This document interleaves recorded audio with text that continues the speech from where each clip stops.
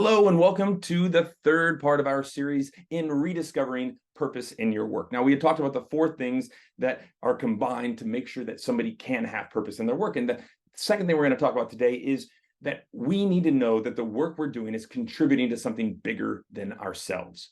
I call it, we're in this age of a contribution revolution. It's not about the money, it's not about the perks and the benefits anymore. It's now people wanting to know that they're contributing to something of value, whether it's something of value to their coworkers, something of value to their family, something of value to society as a whole.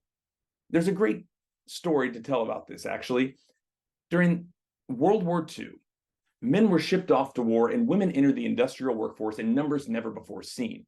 And their avatar was a woman named Rosie the Riveter, a strong, confident woman that knew that every rivet that she placed was going to build ships for our troops, planes for our pilots, and tanks for the front lines to save Europe and possibly the world. You see, Rosie the Riveter knew that she was contributing to something much bigger than herself.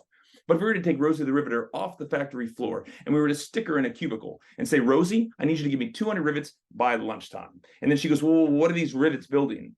And then her manager were to say something along the lines of, well, that's outside of your scope of work. I just need you to make sure that you get all 200 rivets done before lunch. Thanks.